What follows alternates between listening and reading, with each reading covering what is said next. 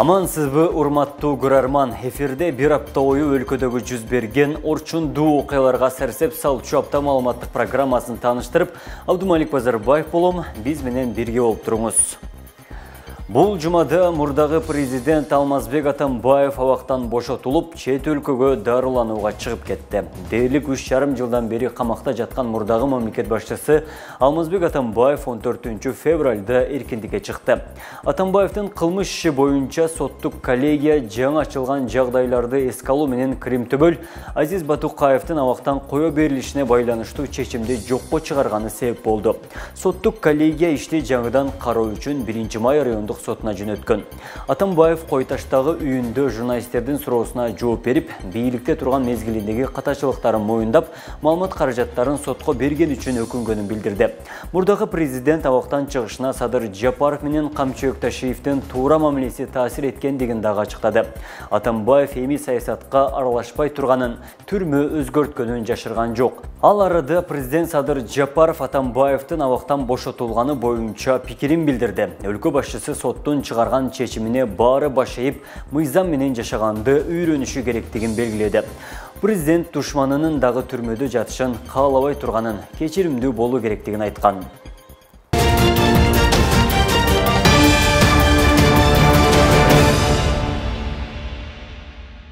Түрк бордошторго кыргыз эли айкөлдүк жана кайрымдуулугу менен жардам колун сунуп жатса, тарыхый тамырлаш өлкөдөгү кыргыз куткаруучулары каармандык менен издөө иштерин жүргүзүүдө. Туркияга жардам берүү үчүн ачылган атайын эсепке 44,7 миллион сом чогулду. Финансы министрлиги жер титирөөдөн жабыркаган Түркиянын жарандарына жардам көрсөтүү үчүн кыргыз өкмөтү тарабынан ачылган атайын эсепке түшкөн каражат тууралуу маалымат берди.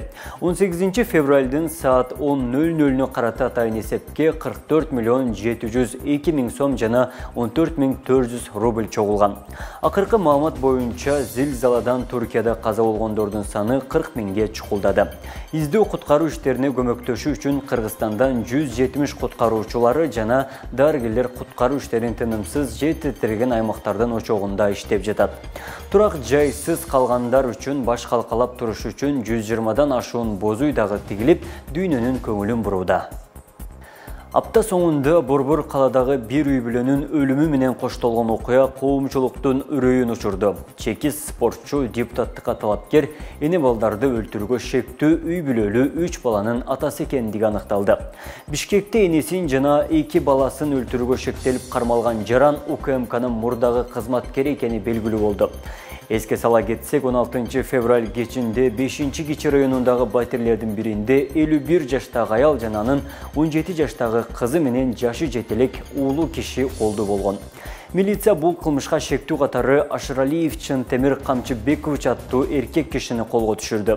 Маалымат булактары билдиргендей, ал УКМКнын 9-кызматында эмгектенип пенсияга чыккан.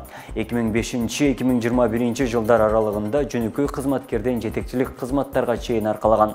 Аскердик наамы майор, жогорку кеңештин имаратындагы кайтарып иштеген. Мындан сырткары 2021 жылы өткөн парламенттик шайлоодо Баткен округу боюнча талапкерлигин койгон. Шайлоонун алдын ала жыйынтыгы боюнча жеңишке жетип, бирок кийинки эсепте 2-орунга түшүп калган. Мындай зөөкүрлүктөгү кылмышка шектелген Ашыралиев Чынтемир Камчыбекович Баткен облусунун Кадамжай районунда туулган. 37 жашта, үй бүлөлүү 3 баланын атасы болуп чыкты. Кезекте бул аптадагы урунттуу окуялар менен таанышып алыңыздар.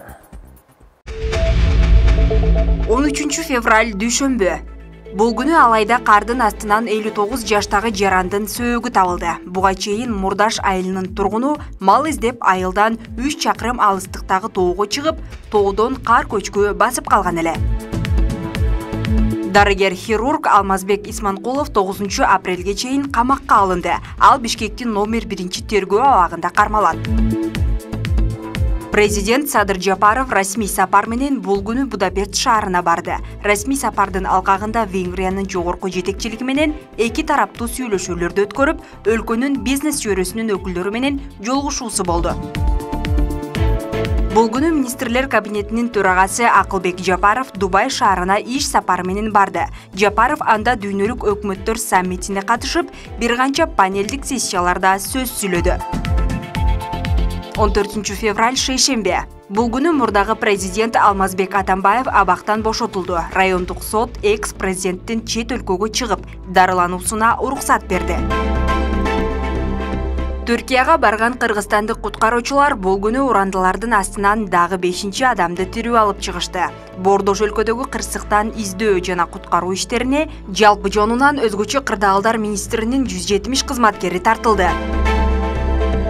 Ош шаардык прокуратурасы Ош шаардык билим берүү башкармалыгынын бир нече кызматкерине кылмыш ишин козгоду. Былтыр мамлекетке жалпы 1.905.987 сомдук ири өлчөмдө зыян келтирилгени аныкталган.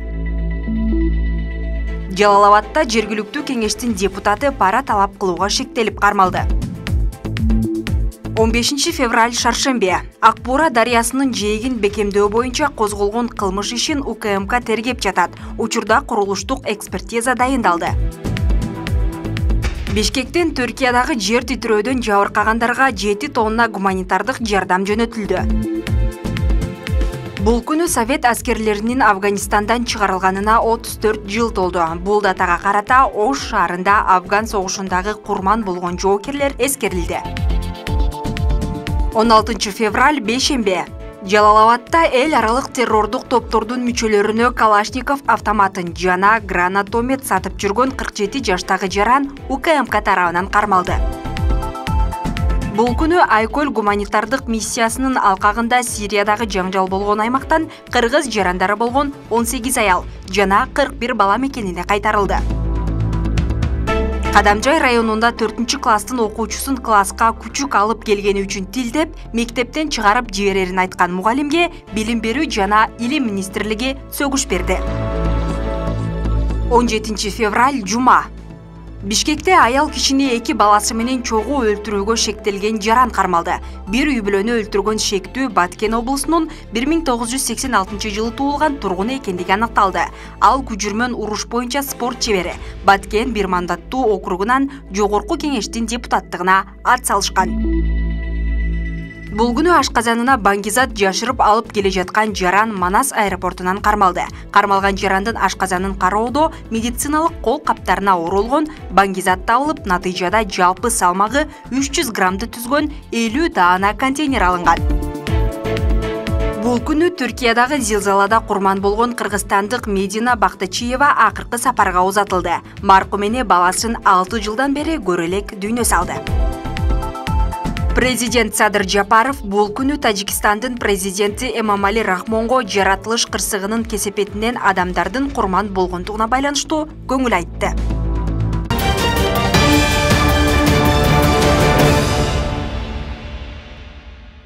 Өлкөдө электр энергиясына болгон тариф жогорулабаса, электр тармагы каатчылыктан чыга албайт. Электр энергиясына болгон 77 тыйынды 1 сомго көтөрүү долбоору коомдук талкууга коюлуп, ар тараптан талданып жаткан кезде. Экономисттер энергия болгон тариф саясатын өзгөртүү мезгил талап экенин айтышып, КМШ өлкөлөрүндө эң арзан энергия Кыргызстанда дешет. Учурда энергетика тармагынын карызы 137 миллиард сомго жетип, бул тармак жаңылууга муктаж.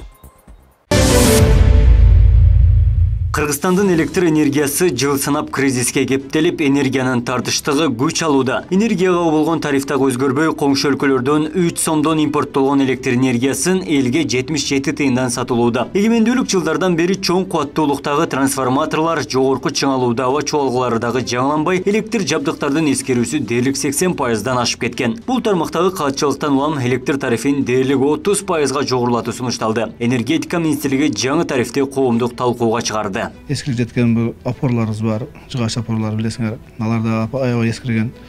Ескіріп жеткен біздің наборымыз бар, алардың барысын алмашыш керек. Сондықтан біз біріншіден ошо тарифти көтөргөнгө біз аябай колдойбуз. Себеби дегенде бул көптөр анчалык деле көп элдерге билинбейт. Себеби ага чейин 77-ден болмосо азыр 23 эле тыйын кошулуп, ал 1 сом болуп атат. Бул элге чыккандай деле мындай кыйынчылык туудурбайт деген ойдомун да. Себеби ошол эле нерсеге маселеге келсек, ошо башка нерсеге салыштырган болсок деле да, мисалы үчүн ошол эле бензинге, ошол эле продуктага, ошол эле күйүүчү майларга караганда биздин электр энергиябыздын тарифи болгону 23 эле тыйынга көтөрүлдү. Муну биз ойлойбуз, ушу кыргыз элибиз дагы туура түшүнүп, колдоп берет деген ойдобуз да. Министрлик сунуштап жаткан өзгөртүү кабыл алынса, быйыл 1-майдан тартып калк үчүн 1 киловатт-саат тарифи азыркы 77 тыйындын ордуна 1 сом болот. Жогорулуу дерлик 30% түзөт. Эгер 1 айлык керектөө 1,5 миң киловатт-сааттан ашса 2 сом 16 тыйын болот. Акыркы жолу 2021 жылы октябрь айында электр энергиясы жана жылуулук үчүн жаңы тарифтер күчүнө кирген болчу. Ага ылайык калк 700 киловатт-саатка чейин электр жарык үчүн 77 тыйындан, андан ашса 2 сом 16 тыйындан. Мекеме ишканалар компаниялар үчүн тариф 1 сом 68 тыйындан 5 сом 4 тыйынга чейин төлөй турганы белгиленген эле. Экономисттер энергияга болгон эң арзан төлөм Кыргызстанда экенин, кризистик абалды жакшыртуу үчүн тарифти өзгөртүү мезгил талабы дешет. Энергия жетишпей калганда биз чет өлкөлөрдөн, коңшу өлкөлөрдөн, Казакстандан сатып алып аттык бир мезгилде. Ал 3 сом, 5 сомго чейин, Атамбаевдин мезгилинде 4 сом, 5 сом сатып алдык. Эми ошондой нерселерге жол бербеш үчүн бүгүнкү күндө энергетика тармагын жолго салыш керек. Реформа жүргүзүш керек. Ал жерге ошол тиешелүү жабдыктар болобу, эмне керек болсо ошонун баарын сатып алыш керек. Бул биринчиси. Акча каражаты керек. Экинчиден, бул кымбатпы деген сөз жок. Бул кымбат эмес, себеби ошол эсенги мамлекеттердин арасында деле мисалга ала турган болсок, эң арзан Кыргызстан. Андан кийин эгерде энергоресурстарга болгон тарифтерди кымбатата турган болсок, бул жерде бир нече механизмдер ишке ашырыш керек. Мисалы, ал суммада кимдер төлөйт? Мына ушул дагы азыр мындай чики болуп турат да, ушуну толук кандуу иштеп чыгышыбыз керек. Кантип төлөйт? Мисалы, баягы көп үй бүлөлүүлөр бар, жакыр үй бүлөлөр бар, жарды үй бүлөлөр бар, жетишпестикте жашаган үй бүлөлөр бар. Аларга бир аз жеңилдиктерди бериш керек. Буга чейин президент Садыр Жапаров энергетикалык абал тууралуу билдирүү дагы жасаган. Анда ал соңку учурдагы электр энергиясынын өчүрүүнүн негизги себеби бул тармактагы жабдуулардын 80% эскирип калганы, ички электр өндүрүү көлөмү колдонуу талабынан ашып кетип жатканы менен түшүндүргөн. Буга байланыштуу май айынан тарта энергиянын тарифи 77 тыйындан 1 сомго көтөрүүнү сунуштаган.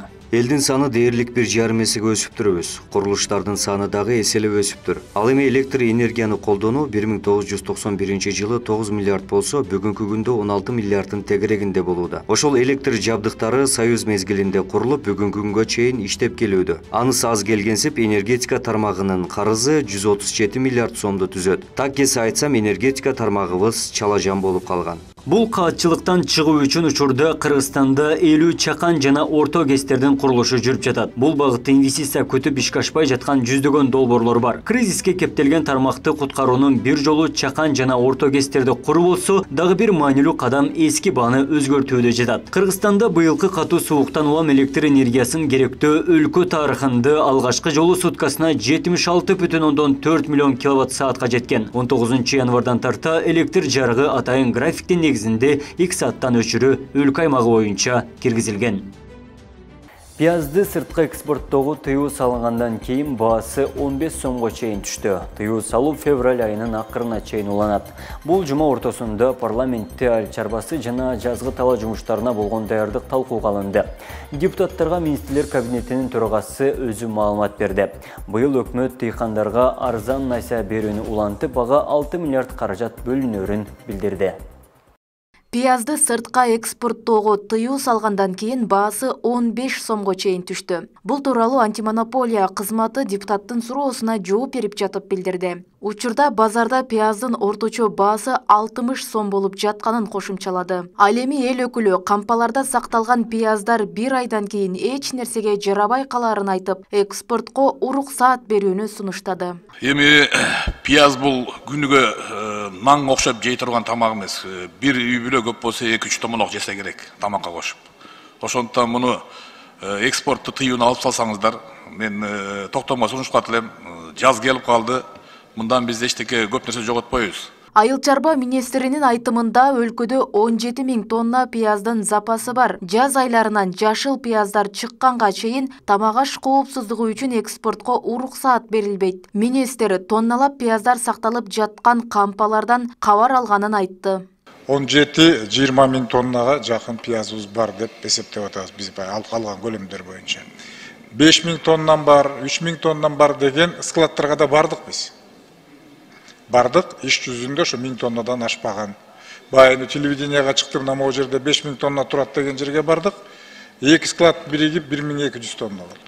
Бүгүн парламентте жазгы талаа жумуштарына карата даярдык талкууланды. Эл өкүлдөрүнүн суроолоруна министрлер кабинетинин төрагасы Акылбек Жапаров жана министрлер жооп беришти. Мында күйүүчү майдын кымбаттыгы жана арзан насыяларды берүү тартиптери тууралуу маселелер козголду. Былтыр өкмөт 10.800 фермерге арзан насыя берген. Быйылдагы 6 миллиард сом бөлүнөөрү пландалууда.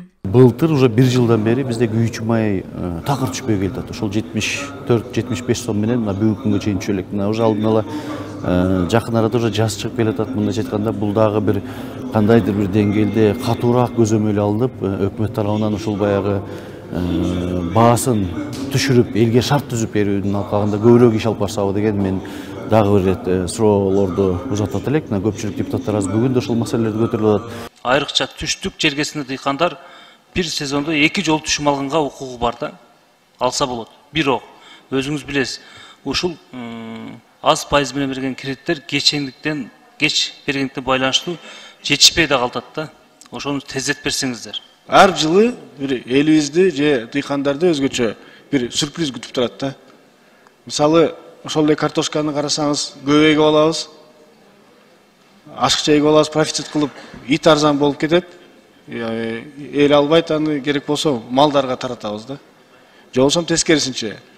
Аны көрүп алып, кийинки жылы картошканы экпей коюп, жетишпей, дефицит болуп, же сыртка экспортко чыгып кетеби, айтор, кайра карасаңыз асманга чыгып кетет баасычы. Ошон үчүн жана хранилищаларды, холодильниктерди, соода, логистика борборлорун түзгөндө гана биз стабилдүү, жакшы баага чыгара алабыз. Мындан сырткары жогорку кеңеште социалдык көйгөйлөр айтылды. 2023 жылы курулушу 50%га аяктап калган мектептер ишке берилет. Тизмеде болжол менен 65 мектеп бар. Президент Садыр Жапаровдун тапшырмасы менен жакынкы 3 жылда курулуп жаткан 546 объектини бүткөрүү пландалууда. Жакынкы 3 жылдын ичинде президент Садыр Нуркожоевичтин тапшырмасы бар. 546 объекти барын баштап алган экенбиз, ошолорду бүтүрүүгө аракет кылабыз.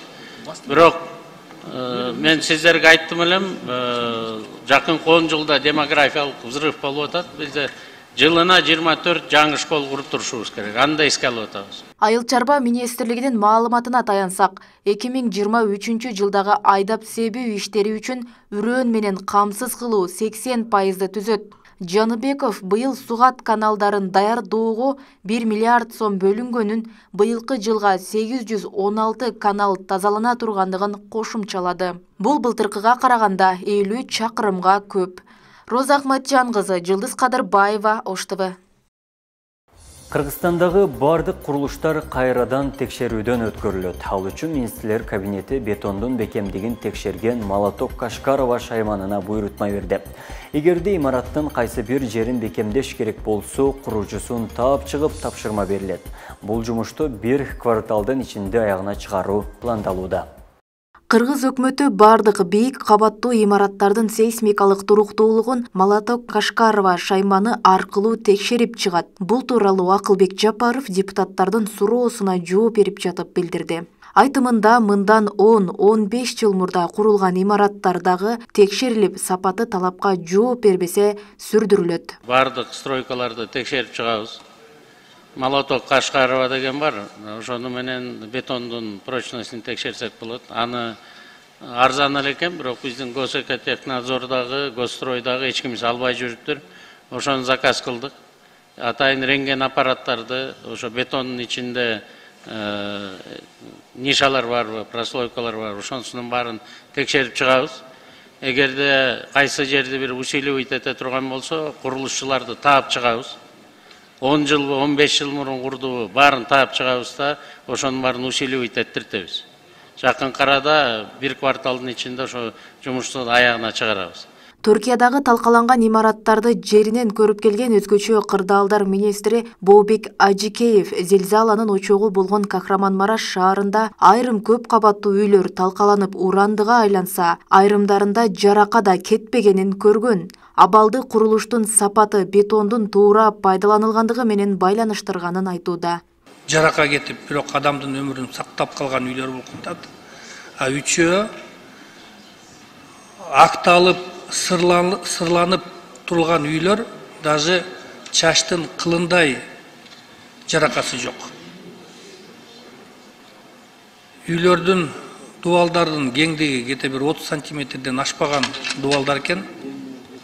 Мындай караштырганда эң негизгиси бул бетондун сапаттын начарлыгы. Арматуралар более-менее жакшы, бирок бетондун начарлыгынан, цементтин аздыгынан деп бизде ошондой оюбуз пайда болду. Түркия жана Сирияда 10 миңдеген адамдын өмүрүн алган соңку жер титирөөдөн кийин курулуштардын сейсмикалык коопсуздугу боюнча маселе көтөрүлүүдө. Архитектура, курулуш көзөмөлдөө департаментинин директору Талантбек Иманакун уулу Кыргызстанда кабат үйлөрдүн 9 балга чейинки жер титирөөгө туруштук бере аларын билдирген. 14 арматура коюла турган жерлерге экономия кылам деп, же болбосо рынокто дефицит жок экен деп, 10ду койгондор бар экен. Айтор бар, менде да маалымат бар, эгерде ошо маалыматтарыңыздардын баарын берсеңиздер, эгерде коопсуздук жагынан элдин жашоо турмушуна коркунучу болсо, биз андай үйлөрдүн баарын бузабыз.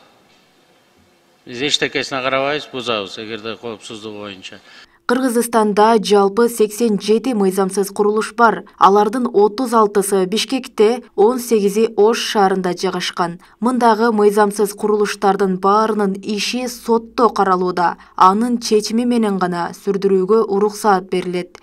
Роза Ахматжан кызы, Жылдыз Кадырбаева, Ош ТВ. Ошто 58 миң жаш жеткинчек болсо, анын 17 миңи гана бала бакчага барат. Шаарда балдар бакчасы жетишпей, экинчи борбордогу наристелер мектепке чейинки билим албай келүүдө. Өкмөт башчысы Акылбек Жапаров калада 44 бала бакча жеке менчик тарапка берилип кеткенин ачыктап, башка максатта колдонулуп жаткан билим уяларды бошотууга 3 ай убакыт берди. Деген менен шаар бийлиги быйылкы жылы 20 балдар бакчасын кайтарууну көздөп жатат. Ош шаарында балдар бакчасын тартыштыгы жыл өткөн сайын күчөп, 2 жаштан 7 жашка чейинки 58 миң наристенин 17 миң гана мектепке чейинки билим алат. Бул көрсөткүч каладагы жаш жеткинчектердин 40%-ын гана түзөт. Учурда шаарда 84 бала бакча болсо, анын 47-си мамлекеттик, 37-си жеке менчик катары ишмердүүлүгүн жүргүзөт. Балдарга билим берүүдөгү бул көйгөй көп жылдан бери көтөрүлүп келгени менен маселени чечүүгө жергиликтүү бийликтин дарамети жетпейт дешет. Экинчи борбордогу наристелер бакчадан тарбия албай калган үчүн мектептерде 1-чи класска чейин кошумча билим алууга аргасыз болуп келишет. Балдар бакчасы жетишпейт. Кезекте турган балдардын саны 12 миңден ашык. Ал эми бул бала бакчалардын жетишсиздигин жоюу максатында дагы ошондой эле балдар бакчасынын жетишсиздиги боюнча мектептин базасында балдар бакчаларыбыз бар. Мисалы үчүн мына 43-чү балдар бакчасынын мектептин базасында, 22-чи мектептин базасында, 17-чи мектептин базасында бала бакчалар бар. Эми ушул бала бакча жетпейт экен деп эле отурбастан, бүгүнкү күндө мына мектеп базасындагы нөлөбөй класстар бар. Анда наристе программасы менен окуп жатышат. Ошондой эле кыска мөөнөттүк 3 сааттык программа менен окуу иштери жүргүзүлүп жатат. Каладагы бул көйгөйдү парламенттин жыйынында өкмөт башчысы Акылбек Жапаров да көтөрдү. Төрөгө Ош шаарында 44 бала бакча убагында жеке менчикке берилип кеткенин ачыктап, башка максатта колдонулуп жаткан билим уяларды бошотууга 3 ай убакыт берген. Жапаров мамлекеттик мекемелер кирип алган болсо бошотула турганын, эгер жеке менчик жактар болсо бала бакча катары иштетүүгө милдет алышарын, антпесе 3 айдан кийин имарат мамлекетке алынарын эскертти. Урматтуу депутаттар, жардам сурайын дегеним, Ош шаарында 44 садик азыр убагында берилип кеткен экен. Ошонун баары азыр садик катары иштебейт экен. Биз азыр 3 ай беребиз Кыргызстан боюнча. Бүт садиктердин баарын бошотуп, эгерде биздин мекемелер ичинде болсо биз бошотобуз. Бөлөк частный колго өтүп кеткен жерлер болсо, алар бошотуп садик катары иштетиш керек. Иштетпесе 3 жылдан кийин 3 айдан биз баарын тең өзүбүздүн карамагыбызга алабыз да. Мына ушундай кичине көйгөйлөр бар экен, ошолор боюнча дагы жер-жерден шайланган депутаттарга биз кайрылабыз да, жардам бересиздер го деп мен ойлойм. Деген менен жергиликтүү бийлик быйылкы жылы 20 мекемени кайтарууга аракет кылып жатканын билдирди. Башка максатта колдонулуп жаткан 44 мекеменин 3-ü муниципалдык ишкана болуп турса, 20сы жеке менчик тарапка өтүп кеткен. Дагы 20сы мамлекеттик ишкана катары колдонулуп келе жатат. Шаар бийлиги 20 бакчаны толук кайтарып, жеке менчик тараптар менен соттошо турганын белгилейт. УВД ички иштер башкармалыгында, андан кийин мамлекеттик университетинде, Ош педагогика институтунда мурда бала бакча болуп турган, азыр бүгүнкү күндө колледж болуп ушундай пайдаланып жүрөт. Ошол бала бакчаларды бүгүн азыр тиешелүү иштер жүрүлүп, министрлер кабинетинин токтом долбоору даярдалып атат. Буюрса ошол 20 бала бакчаны мамлекеттик биринчи этабы менен иш алып барайлы деп атабыз. Себеби жеке менчикке өтүп кеткен бала бакчаны кайтаруу боюнча бул через сот аркылуу болгондуктан бул мындай кичине убакыт жазат, убакыт керектелет. Ал эми мамлекеттик баланста турган бала бакчаларды кайтаруу боюнча бул мыйзам боюнча Кыргыз Республика мыйзамында министрлер кабинетинин атайын токтому негизинде мамлекеттик баланстан муниципалдык баланска алуу иштери жүрүлүп атат. Азыр ошо 20 бала бакчаны кайтаруу боюнча иштер жүрүлүп атат. Надан 4 бала бакчанын курулушун бүткөрүү пландалып, 1 билим уяны жаңыдан куруу каралган. Соңку жылдары мектепке чейинки билим берүү мекемелердин курулушу көбөйгөнү менен наристелердин санына туруштук бере албай келет. Каладагы бул көйгөйдү чечүү үчүн 120 орунду 100 бала бакчанын курулушу эсептелинип, ага 400 миллион сомдон ашуун каражат сарпталат. Бирок бул курулушка мамлекеттин дагы каржылык мүмкүнчүлүгү жетпейт. Республика бюджеттин эсебинде курулган 75 орунду Актилек айылындагы бала бакчанын курулушу жүрүп атат. Андан сырткары дагы жергиликтүү бюджеттин эсебинен дагы каржыланчу 3 бала бакчанын курулушу жүрүп, азыр кээ бирлери аяктоосунда турат. Ал эми мына бюджет кече бекитилди. Мындан кийин дагы бир бала бакчанын курулушун куруп, жыл акырына чейин буюрса 4 же 5 бала бакчанын курулушун толук бүтүп пайдаланууга беребиз. Андан сырткары бир бала бакчаны толук капиталдык ремонттон чыгаруу планыбыз бар. Ош шаарында мамлекеттик казнанын эсебинен түптөлгөн 5 мектептин дагы курулушу учурда бүтпөй турат. Кала бийлиги быйылкы жылы бюджетин 926 миллион сомго көтөрүп, республикалык казнадан дагы 926 миллион сом бөлүнөрүн кабарлаган. Жалпысынан быйыл шаарды өнүктүрүүгө 2 миллиард сом сарпталат. Бирок бул каражат социалдык объектилерге каралган эмес. Туркияда мончоктой тизилип курулган кыргыз боз үйлөрү сыймык жаратууда. Бул жумада Туркиянын белгилүү телеканалдары кыргыздар курган шаарча боюнча маалымат берип, жылуу пикирлерин айтышты. Анда түркели боз үйлөрдүн кышында жылуу, жазында салкын, тез арада курулуп, көчүп жүрүүгө ыңгайлуу экендигине таң калып жатышкандыгын жашырышкан жок. Түрк бийлиги боз үйлөрдүн шартын көрүп, анын ичине электр тогун алып кирип, сыналгы коюп, заманбап кылып жасалгылоону дагы пландаган. Gönderdiği boz iler keçeden yapılıyor. Yazın sıcağı geçirmez, kışın da soğuğu geçirmez. Gündüzde güneşe bakmak adına çok önemli. Binlerce kilometre uzaklıktan, Kırgızistan'dan geldi. Bu içine girersek de burada bir aile çok rahatlıkla barınabiliyor. Aynı zamanda toplam yaklaşık 20 kişi içerisinde. Turkiyanın belgilүү телеканалдары кыргыз боз үйлөрү тууралуу маалымат даярдап, Кыргызстандан барган жардам өзгөчө болгонун баса белгилеп жатышат. Түрк эли боз үйлөрдүн кышында жылуу, жазында салкын, тез арада курулуп, көчүп жүрүүгө ыңгайлуу экендигине таң калып жатышкандыгын жашырышкан жок. Мында боз үйлөр чатырдан 1000 эсе артык болгону айтылган пикирлер жазылууда. Кандай сонун ата-бабаларыбызга окшоп жашаган, Аллах ыраазы болсун кыргыз бир туугандарыбызга. Кудайым колдосун кыргыз бир туугандарыбызга, Аллах ыраазы болсун. Мен өзүм Азербайжандан болом, бирок азыр Казакстандан жазып жатам. Мына ошол чатырлар боз үй деп аталат. Кыштын ортосунда мештин жанында отурушат. Ушундай учурда боз үйдү колдонуу идеясы абдан жакшы. Кыргызстандык бир туугандарга салам. Бул күндөрү достук, бордоштук маанилүү. Аллах разы болсун кыргыз бир туугандарыбызга чатыр эмес үй берип жатышат. Раббим бардык түрк бордошторубуз менен биримдикте болуп, кайрадан бир дене болуп, ислам дини менен бекем болушубузду насип кылсын. Кыргызстандын жарандарына жана мамлекет башчысы Садыр Жапаровго Аллах разы болсун. Бир тууган түрк тилдүү мамлекеттери катары Туркия менен бирге болуусу жакшы сезим тартуулады. Боз үйлөрдү тегүү иштерин ыктыярчылар жана этникалык кыргыздар колго алган. Түркиянын ар кайсы шаарынан 100дөй мекендеш, 30дай вандык кыргыз атайын жардамга барышкан. Кыргыз боз үйлөрү тигилип бүткөндөн кийин аны көргөн түрк бийлиги анда жашагандарга электр жарыгын алып кирип, сыналгы коюлуп, заманбап шарттарды түзүүнү туура көргөн. Bizler болса 41 жылдан бeri Türkiye'de yaşayan Kırgızlardanбыз да, памирдик кыргыздарбыз. Türk elinin atынан biz rahatçılık bildirебиз. Кыргыздын мамлекетибизге, Кыргызстандык элибизге, бардыга. Мага айыл өкмөтүм бизди тааныйт да, Türkiye. Мага заң урбаган, телефон чалбаган адам калбады. Кыргызстандын жакшылыгын биздин акымдар, губернаторлор, ички иштер министрлиги бизге чалып шундай раатчылык берди дечи. Биз аябай ыраазыбыз. Бул жакка биз Стамбулда жашаган кыргыздар жана Түркиянын башка шаарларында окуган студенттер, иштеген мекендештер менен жана вандык кыргыздар менен волонтер болуп келдик. 140 жалпы боз үй тигилди. Белгилей кетсек, боз үйлөр зилзаланын очогу болгон Кахраманмараш шаарынын Борбордук стадионунда тигилди. Мында башкы консулдуктун кызматкерлери, кыргызстандык студенттер, Кыргызстан достук жана маданият коомунун жана кыргыз түрктөрү коомунун мүчөлөрүнүн эмгеги зор. Андагы иштерге тышкы иштер министри Руслан Казакбаев, өзгөчө кырдаалдар министри Бообек Ажикеев өзү көзөмөл кылууда. Ошондо жалпысынан эсептегенде 127 боз үй бул жакка келди. Могу жерге бир жашынакай боз үйлөрдүн шаарчасын куруп атабыз. Мен ойлойм, ушу шаарчадагы өзүнүн кызматын аткарып, ушу 130 миң кураган үйлөрдүн жашоочуларын кабыл алат.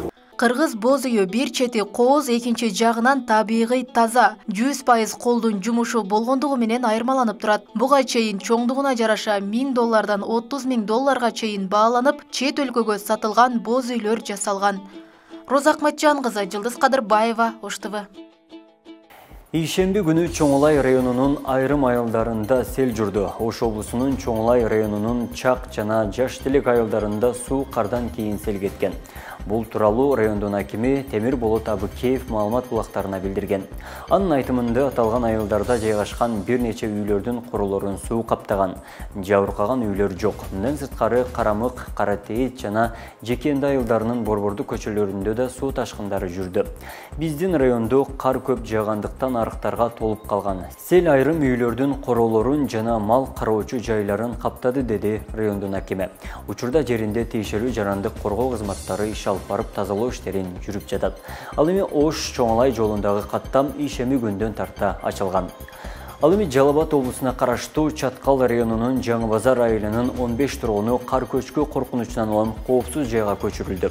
Чаткал районуна баруучу негизги каттамдын чапчыма ашуусуна кар көчкү түшүп калганына байланыштуу жол жабылган. 15 февралда Чаткал районуна калың кар түштү. Учурда кардын калыңдыгы 1 метрден ашкан. Мындан улам жарандык коргонуу кызматы өзгөчө кырдаалдын кесепеттерин алдын алуу ыкчам чараларды көрүү үчүн күчөтүлгөн тартипте иштеп жатат. Жалпы 11 техника тартылып жолду тазалоодо. Буга чейин өзгөчө кырдаалдар министрлиги аба ырайына байланыштуу бир катар жолдор жабылганын билдирген. Нарында кар көчкүгө байланыштуу өзгөчө кырдаал режими киргизилген.